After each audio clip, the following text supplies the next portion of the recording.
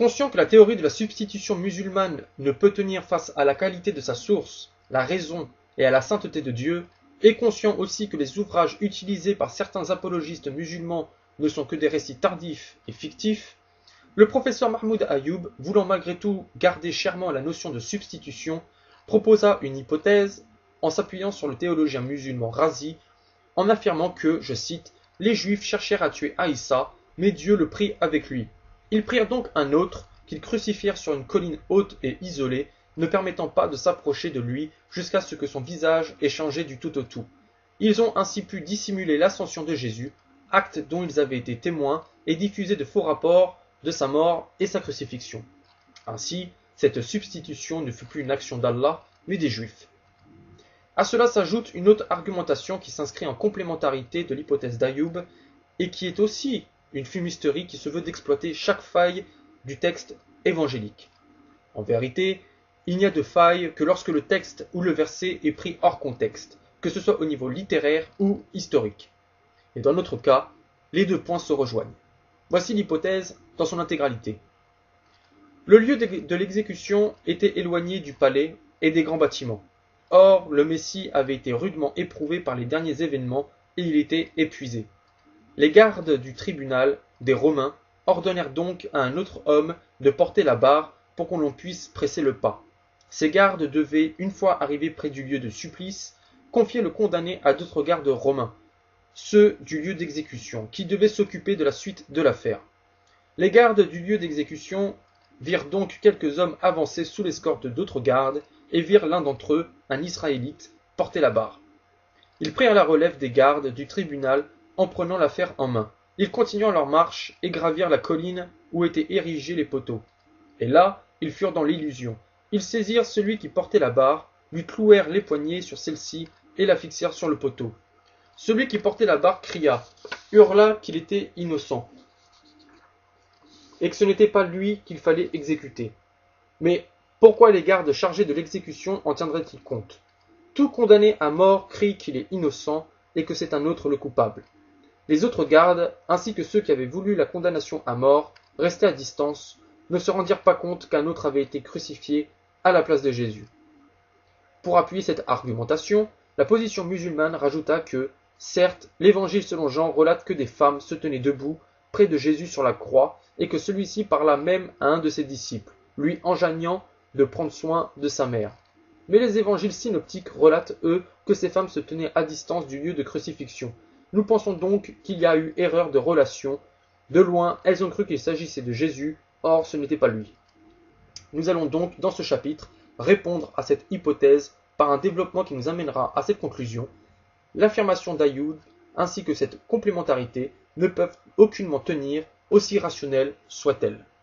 Il peut être étonnant pour des personnes qui s'appuient sur les textes tardifs rabbiniques de constater que pour le 1er siècle, pendre au bois doit être considéré comme étant un supplice du condamné d'après la loi juive. Certains, comme l'abbé Filion, déclarèrent que cette peine devait s'effectuer après la mort, car la pendaison n'était pas chez les Hébreux une forme de supplice à proprement dit, mais un caractère infamant surajouté à la peine. Mais avec les découvertes des manuscrits de la mer Morte, nous avons un nouveau regard sur l'interprétation du passage en question dans Deutéronome. L'interprétation académique fera la même affirmation que Filion. Cependant, les manuscrits de la mer Morte, comme nous l'avons dit, infirment ce point de vue. En effet, 2 manuscrits du rouleau du Temple, composés à 1 siècle d'intervalle, nous donnent l'interprétation en vigueur aux époques respectives, allant jusqu'au 2e siècle avant notre ère. Nous pouvons lire que s'il arrive qu'un homme rapporte contre son peuple et livre son peuple à une nation étrangère et qu'il fasse du mal à son peuple, vous le suspendrez, crucifierez sur le bois et qu'il meure. Ainsi, pendre au bois est bel et bien un supplice dans l'interprétation primitive de la loi juive, la mort intervenant après la suspension. Ainsi, la pendaison au bois devait certainement s'effectuer avant la mort. Pouvons-nous affirmer avec certitude que ce furent les Juifs qui appliquèrent ce que la loi leur ordonnait? Affirmer cela, c'est affirmer que le Christ fut condamné d'une part juridiquement par les Juifs, mais aussi affirmer que cette peine fut appliquée selon la loi mosaïque. Or, nous avons là un mur contre lequel les musulmans se heurtent. En effet, au temps du Christ, le pouvoir juif n'avait plus l'autorité pour condamner à mort un coreligionnaire. De ce fait, il devait avoir recours au pouvoir mis en place, à savoir l'autorité romaine. Pour comprendre cela, il faut savoir que le roi Messie, descendant de David, fut identifié dans la tradition juive comme étant le Shilo, issu de la tribu de Juda mentionnée en Genèse 49, 10, 12, en qui toutes les nations espéreraient. Le terme sceptre mentionné dans la prophétie fait référence au droit de régner sur la terre de Juda, et l'autorité, quant à elle, à appliquer et à faire appliquer la loi mosaïque, de juger des crimes capitaux, etc. Durant leur captivité babylonienne de 70 ans, les tribus juives conservèrent leur identité tribale, c'est-à-dire leur propre logistique, leur propre juge. Si nous suivons ce verset prophétique, il y a deux institutions. Premièrement, la royauté, et deuxièmement, la législation, lesquelles doivent appartenir à la tribu de Juda jusqu'à l'arrivée du Messie. Cette prophétie s'accomplissait donc en deux temps. D'une part, le sceptre devait échapper à Juda, puis par la suite l'autorité à sa descendance. Le Talmud confirme la notion législative en disant que Rabbi Simlaï dit au nom de Rabbi Éléazar, fils de Rabbi Siméon, le fils de David ne viendra que jusqu'à ce que tous les juges et les officiers soient partis d'Israël. Eh bien, comme convenu, la prophétie se déroula en deux temps dans l'histoire du peuple juif. La dynastie des Asmonéens étant de la lignée d'Asmon, régna sur la terre de Juda, entre -67 et -36, marginalisant ainsi la tribu de Juda quant à la royauté, ou le sceptre, en question en Genèse 49-10. Du côté législatif, il est précisé qu'au temps de Simon ben Shéta, on leur enleva le droit de connaître des questions pécuniaires. Ce fut alors sous le règne de la reine Shlotion. Cependant, le législatif ne fut pas entièrement supprimé, puisque les questions de peine capitale n'avaient pas été enlevées, ce qui avait pour conséquence un accomplissement partiel de la prophétie. Nebuchadnezzar II avait instauré un protectorat, laissant donc la législation interne du pays conquis aux mains des Juifs.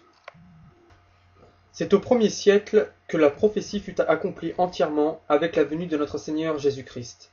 La destruction du temple fut un point de repère pour les Juifs dans le cadre de constater la disparition de l'application législative mosaïque et plus précisément la peine capitale.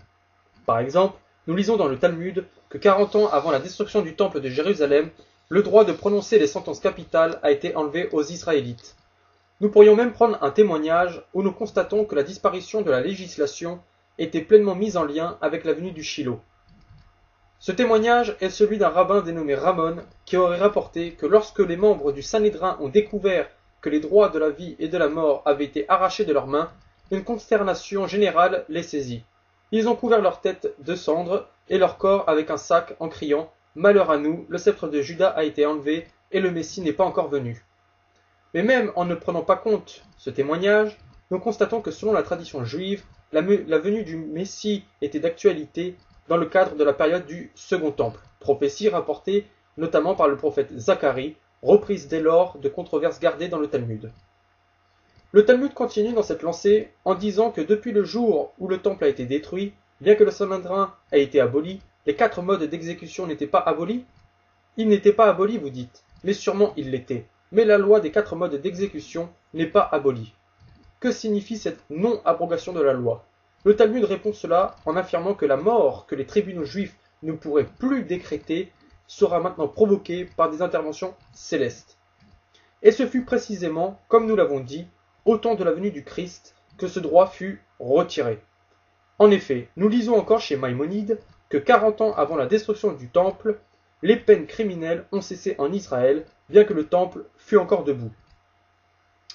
Maïmonide montre que cette donnée est digne de foi, au sein même du judaïsme rabbinique. Bien que d'après le savant juif d'Ehrenburg, ce nombre, 40, doit être considéré comme un chiffre rond. Mais par quelle manière l'autorité fut-elle retirée des mains des Juifs?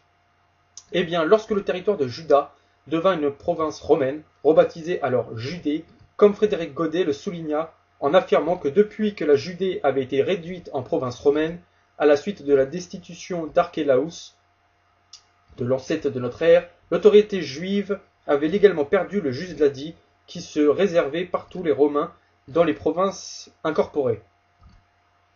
D'après Derenbourg, l'époque désignée par le Talmud sous une génération biblique est celle de Ponce Pilate, qui fut procurateur de l'an 18 à 36.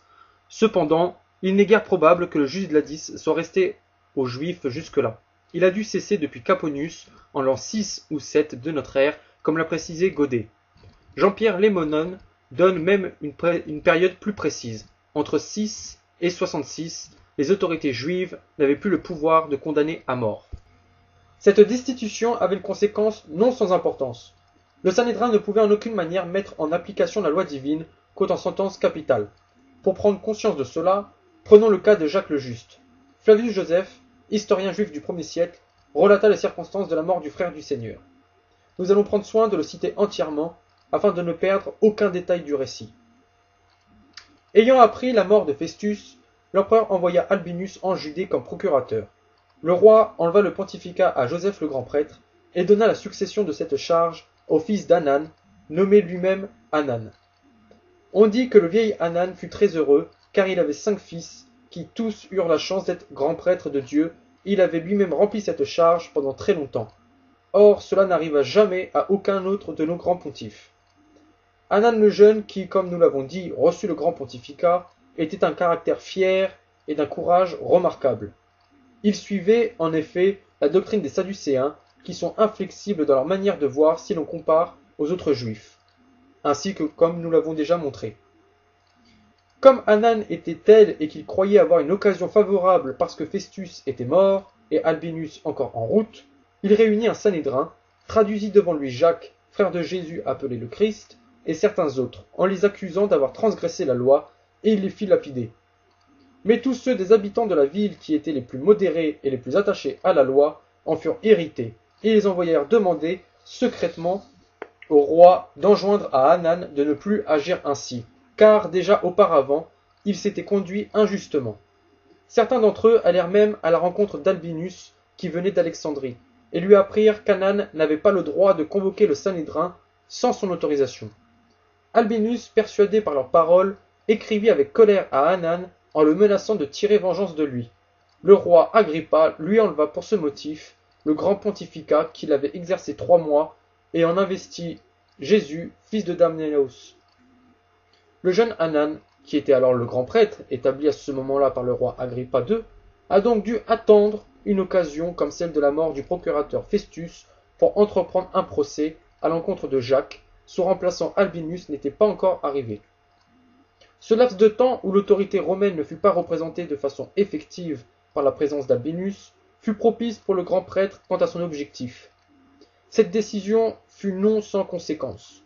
En effet, Hanan fut destitué par Agrippa II au bout de 3 mois de pontificat, cette destitution étant liée au mécontentement d'Albinus. L'affaire de Jacques le Juste montre que l'autorité juive ne pouvait en aucun cas se permettre de mettre en application son autorité pour les peines capitales.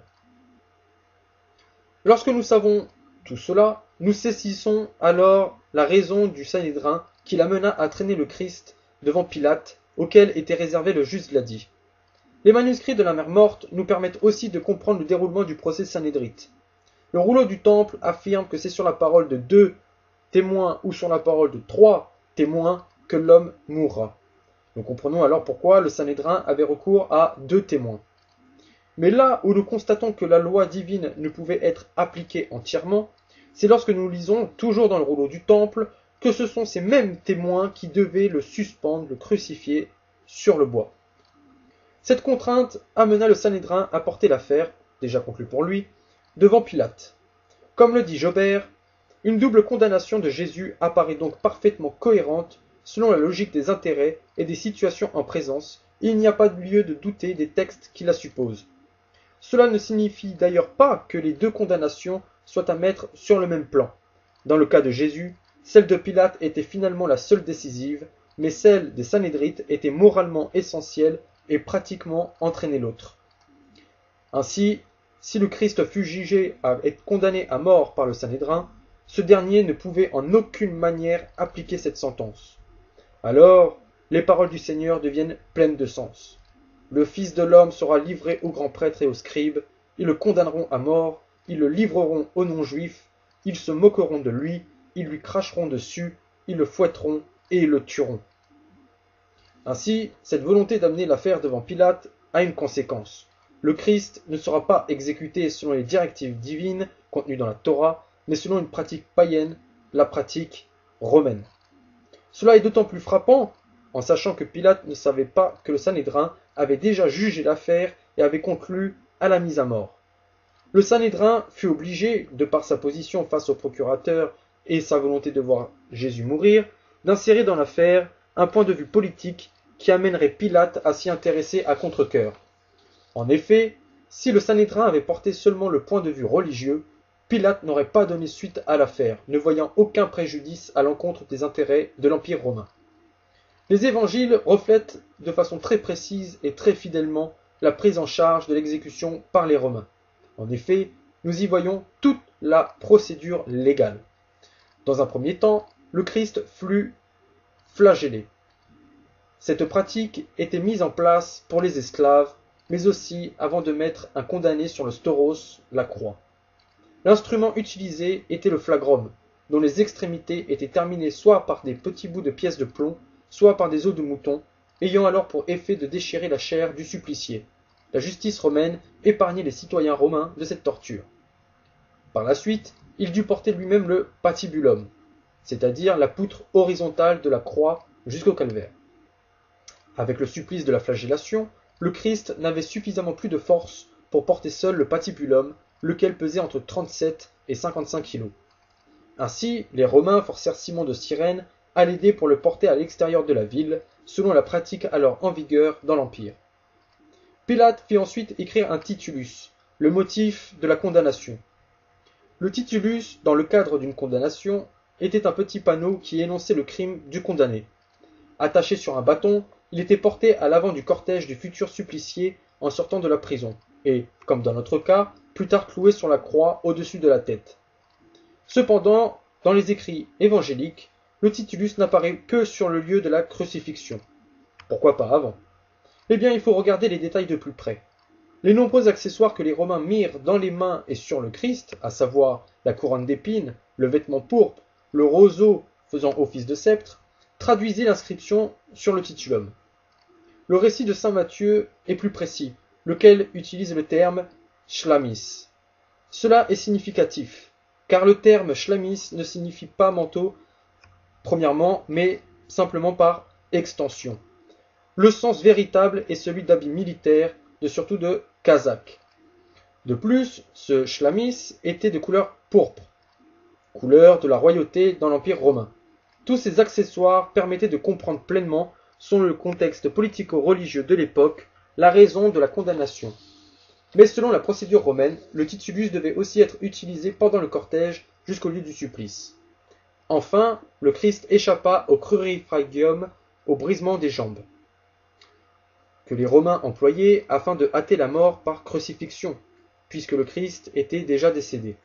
L'historien romain Aurelius Victor félicita d'ailleurs le décret de l'empereur Constantin qui abolissait la crucifixion. Je le cite. Il abolit le supplice du gibet qui remontait aux temps les plus anciens et il interdit la coutume de rompre les jambes aux suppliciés. L'argumentation très spéculative d'Ayoub et de Razi, présentée au début du chapitre, ne prend pas en compte ce que nous avons développé dans les points précédents de ce chapitre, à savoir que les Juifs n'avaient aucune autorité quant à la mise en application de l'exécution. Ils devaient nécessairement passer par le préfet romain pour connaître le jugement final quant au devenir du prévenu. En effet, la Judée étant une province procuratorienne, la procédure alors en vigueur était la cognito extra ordinem, effectuée alors par Pilate, qui était le préfet représentant l'empereur en Judée de l'an 26 à 36. Cette procédure impliquait directement Pilate dans l'affaire, ayant la responsabilité de la juger, non pas par un tribunal romain, mais par sa propre personne. Voici les raisons pour lesquelles l'hypothèse d'Ayoub ne peut tenir. Première raison, si les chefs juifs avaient amené un parfait inconnu devant Pilate, il est évident que cet inconnu aurait clamé son innocence lorsque le préfet lui aurait donné la parole, niant catégoriquement l'identité que les Juifs lui donneraient. Ainsi, Pilate aurait certainement effectué une enquête plus approfondie pour chercher la cause, selon le droit romain, et aurait constaté lui-même la supercherie. Dans ce cas-là, les chefs religieux, ainsi que les faux témoins, s'exposaient aux sentences de la loi des 12 tables qui fut en vigueur jusqu'à l'empereur Justinien. Ainsi, les accusateurs étaient susceptibles d'être non seulement exilés ou déportés sur une île, vraisemblablement l'île de Patmos, mais aussi d'être soumis à la même peine qu'ils demandaient, à savoir la crucifixion.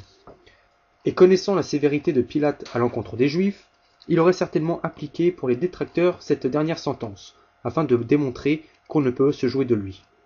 De plus, l'accusé avait, selon le droit romain, la possibilité d'amener devant le préfet ses parents et ses amis pour qu'il soit un secours, ce qu'on appelle dans la jurisprudence advocati, mais aussi afin que le représentant de l'empereur le prenne en pitié. Cela aurait été une occasion pour l'inconnu de clamer, témoignage de proche à l'appui, sa véritable identité. Deuxième raison, en addition à ce que nous venons de dire, il convient de préciser que cette même autorité les empêchait aussi d'entraver la foule quant à l'accès au lieu de supplice. En effet, comme nous l'avons dit précédemment, Pilate fit établir un titulus. Or, cette inscription était en vigueur lorsqu'une sentence officielle était établie et qu'on voulait l'exposer au public. Lorsque le condamné reçut le motif de sa condamnation, le titulus devait être vu de tous, étant mis en parallèle avec les supplices visibles du condamné. Cela avait pour but, en dehors du fait de mettre au courant le peuple du motif de la condamnation, de le dissuader d'envisager de faire les mêmes actions ou proférer les mêmes dires que le condamné, voyant les conséquences liées à la description du titulus devant leurs yeux. Si les leaders juifs avaient empêché la foule d'accéder au lieu du supplice, cela aurait été interprété par l'autorité romaine comme étant de la rébellion, une remise en cause de son jugement et de son pouvoir.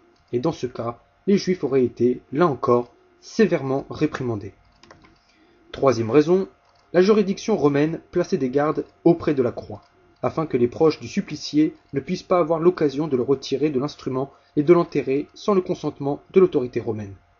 Par cette précaution, nous savons donc qu'il peut y avoir, selon le droit romain, des proches et donc des témoins oculaires surveillés par cette même garde, auprès de la croix où se trouvait le condamné. Cette présence enlève d'emblée deux arguments musulmans du débat, la confusion avec Simon de Cyrène et l'absence de témoins oculaires. Abordons dans un premier temps la logique, avant d'analyser les faits, au regard de l'argumentation qui vise à confondre Simon de Cyrène avec le Christ. Cette argumentation, quoique très rationnelle, utilise deux poids, deux mesures dans son analyse. En effet, comment dans le cas où il y aurait deux troupes romaines, celle qui réceptionnait les deux individus pouvait-elle les confondre? L'un des deux fut flagellé par un flagrum selon la procédure légale d'une condamnation par crucifixion, et donc durement atteint physiquement, recouvert de sang et de plaies, témoignage d'hémorragie multiples. L'autre ne le fut pas. L'un avait sur la tête une couronne d'épines qui le fit aussi saigner abondamment sur le visage. L'autre n'en avait pas. L'un était certes attaché au patibulum et l'autre ne l'était pas. Mais comment aurait-il pu les confondre?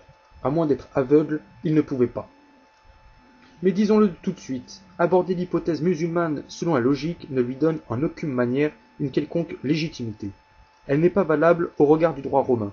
L'exécution, comme nous l'avons déjà dit, commençait par la flagellation. Cette torture rentrait dans le contexte d'une crucifixion dans le cadre des questions par la torture.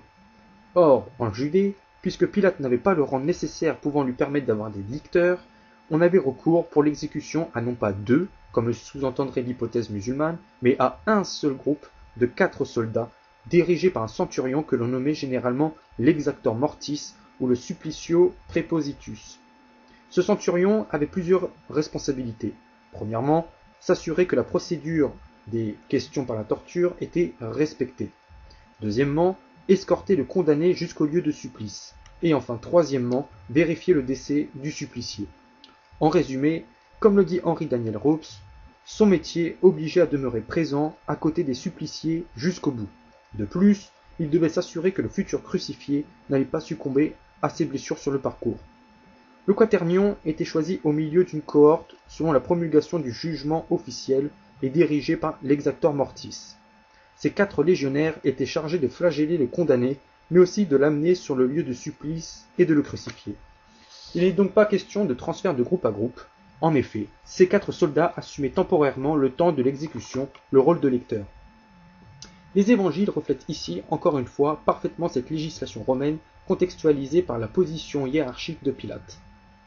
Commençons par la désignation des soldats qui auront la charge d'être provisoirement des licteurs. L'utilisation systématique de l'article défini oi pour les désigner montre qu'ils furent spécifiquement choisis au sein de la cohorte alors présente.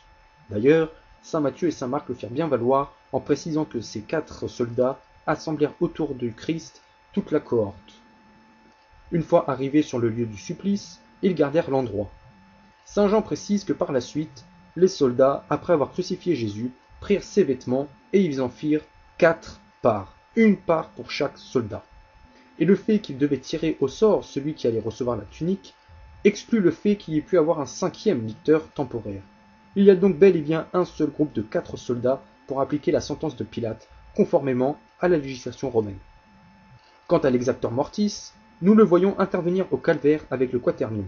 Il devait non seulement être présent auprès du supplicié, comme Robes le souligne, mais il avait aussi le devoir de déterminer si et quand la victime était décédée. Suite à cette vérification, il put confirmer, à la demande de Pilate qui était sollicité par Joseph d'Arimathie, la mort du Christ. De tout cela, on peut donc exclure sans regret l'hypothèse musulmane quant à la confusion avec Simon de Cyrène. Il n'y eut pas un seul groupe supplémentaire de soldats romains qui tortura, emmena, crucifia et garda le Christ sous le regard d'un exactor mortis, mais bel et bien un seul groupe, un quaternion. Passons maintenant à l'absence des témoins oculaires. Il est étonnant, lorsque la critique musulmane se veut de souligner d'apparentes contradictions qui n'en sont pas, de constater que l'adage augustinien distinguer tempora et concortabit scriptura, c'est-à-dire distingue les temps et l'écriture concorde, est très vite occulté lorsqu'il ne s'agit pas des textes islamiques. Donc, des troupes romaines auraient confondu les deux individus, et de plus, les personnes présentes auraient été aveugles. Est-ce là la réalité des textes évangéliques? Absolument pas. Nous venons de voir que la première hypothèse musulmane ne peut pas tenir selon la législation romaine, mais aussi par les textes saints. Passons maintenant aux témoins oculaires. Selon saint Matthieu, saint Marc et saint Luc, les femmes éloignées dont il est question sont galiléennes. On peut en distinguer 3 principales: Marie de Magdala, Marie, la mère de Jacques et Joseph, et Marie, mère de Jacques et Jean. Cependant, nous pouvons aussi préciser que Jeanne, la femme de Cousa, et Suzanne furent certainement présentes car elles venaient aussi de Galilée. Mais ce qui est intéressant, c'est qu'il n'est aucunement question de la Vierge Marie dans ces femmes. Et cette information est non sans importance. En effet, l'apôtre Saint Jean eut bel et bien raison de témoigner, puisqu'il était là, de la présence de la Vierge au pied de la croix. Des études, après analyse du récit lucanien de la Passion, permettent d'établir que la source de saint Luc, quant au déroulement de la souffrance du Seigneur, fut très certainement la Vierge Marie. Mais continuons à suivre le cours de la Passion en restant simplement sur ces femmes. Il suffit de comprendre que le point de vue synoptique raconte une scène n'ayant pas lieu au même moment que le point de vue joannique. Ainsi, Marie de Magdala et Marie, la mère de Clopas, étaient initialement avec la Vierge, puis, par la suite, s'éloignèrent pour se soustraire à la pression de la foule, rejoignant ainsi les femmes qui étaient venues de Galilée, et qui, donc, leur étaient familières. De plus, les évangiles synoptiques précisent cet éloignement des femmes après le décès du Christ. Une fois la foule partie, Marie de Magdala et les autres femmes restèrent comme le démontre le reste des récits. Après vérification de l'exactor mortis, Joseph d'Arimathie, qui était non seulement un membre du Sanhédrin, mais aussi un disciple, prit les dispositions après l'accord de Pilate pour donner au Christ une inhumation, le quaternion lui remettant donc le corps. Dans ce cadre, il est intéressant de se rapporter à la tradition juive quant aux funérailles. Si les leaders juifs avaient empêché la famille ou connaissance de s'approcher du lieu du supplice, là encore on ne sait par quelle manière, suivant tout ce qu'on a vu, ils n'auraient pu empêcher la famille et les proches de l'approcher post-mortem. En effet, les proches du défunt pouvaient aller au tombeau pour s'assurer que la mentonnière qui lui maintenait la mâchoire fermée était bien serrée, même jour de Shabbat. Et justement, Marie de Magdala, Jeanne et Marie, femme de Clopas, durent certainement s'assurer de cela le jour même. Saint Luc précise encore qu'il est question de vérification de la disposition du corps, en dehors de leur devoir futur d'embaumement qui devait avoir lieu 3 jours plus tard. Comme le souligne l'abbé Fillon, les tombeaux juifs contenaient habituellement plusieurs niches ou fours dans lesquelles on plaçait les cadavres. Elles purent ainsi identifier l'emplacement du corps au sein du tombeau. Donc là encore, l'identification pouvait être une fois de plus assurée, et la supercherie mise à jour. Nous avons donc là plusieurs témoins oculaires quant à l'identité du supplicié, que ce soit avant ou après la mort. Comme nous pouvons le constater, quel que soit le point de vue par lequel nous regardons l'affaire, des témoins oculaires directs, qui plus est des disciples, demeurent présents proches du Christ. Et ces témoins ne sont pas sans importance. Elles étaient auprès du Christ lorsqu'il prêchait, le servant, lui, et les 12. Elles pouvaient donc l'identifier avec facilité. Nous avons un autre exemple, l'envoi du Christ chez Hérode, dont il est certain que les détails de la conversation entre Hérode et le Christ provenaient soit de Jeanne, la femme de Cousa, lequel était l'intendant, le ministre financier d'Hérode, soit Manaën, qui était l'intime, le frère de lait d'Hérode. Qu'est-ce que cela démontre? Eh bien que des connexions de témoins directs apparaissent sans cesse au sein des disciples. De plus, d'autres disciples, très discrets comme justement Joseph d'Arimathie, devaient certainement être présents, même lorsque les grands prêtres amenèrent le Christ devant Pilate. Bien que nous ne prendrons pas la peine de nous appuyer sur des livres apocryphes, comme certains apologistes musulmans le font, il demeure intéressant de constater que des auteurs profanes, en ayant étudié les livres canoniques, étaient arrivés à la conclusion que Joseph d'Arimathie fut présent lors des procès, notamment dans les actes de Pilate. La conclusion de tout cela, c'est qu'il n'y a pu y avoir de substitution selon sa source, le droit romain et les textes saints.